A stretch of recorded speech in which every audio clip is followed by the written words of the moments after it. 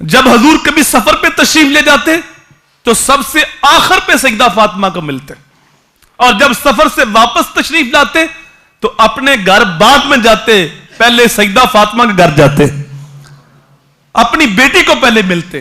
رسول کریم ان کے ساتھ اتنا پیار کرتے، فرماتے فاطمہ تو بدعۃ منی، فاطمہ میرے جگر کا ٹکڑا ہے۔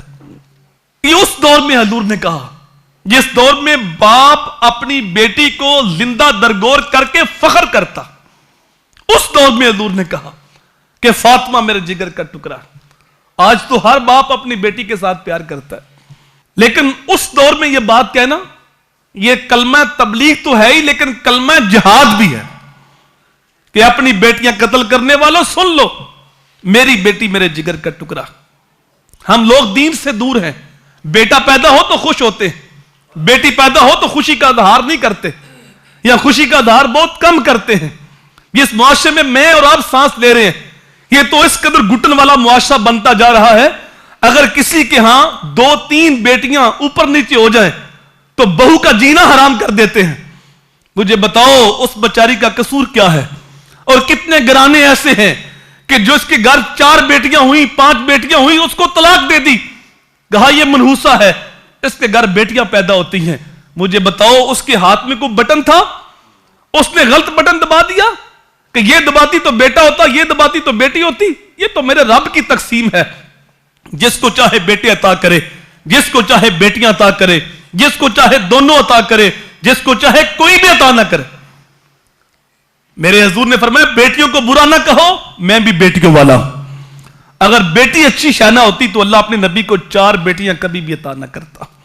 محبوب کو اچھا تحفہ دیا جاتا ہے تو اللہ کے خزانے میں کوئی کمی نہیں، تو جب اللہ نے اپنے نبی کو 4 بیٹیوں کا تحفہ دیا تو معلوم ہوا بیٹی سے اچھا تحفہ کوئی نہیں۔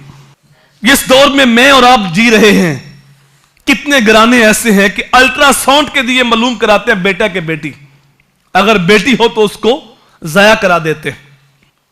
یہ بیٹی کا قتل ہے جو نئے طریقے سے شروع ہو گیا، اور یہ اتنا گندا جرم ہے۔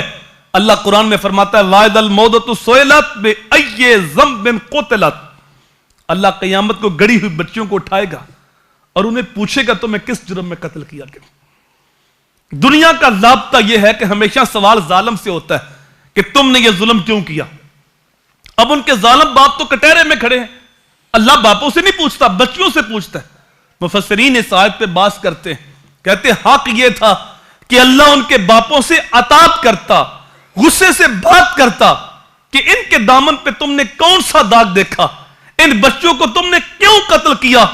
لیکن فرماتے ہیں بیٹی کا قتل اتنا گندا اور گنونا جرم ہے کہ اللہ ان کے ظالم باپوں سے بات کرنا بھی گوارا نہیں کرتا، اس لیے اللہ بچیوں سے پوچھتا تمہیں کس جرم میں قتل کیا گیا۔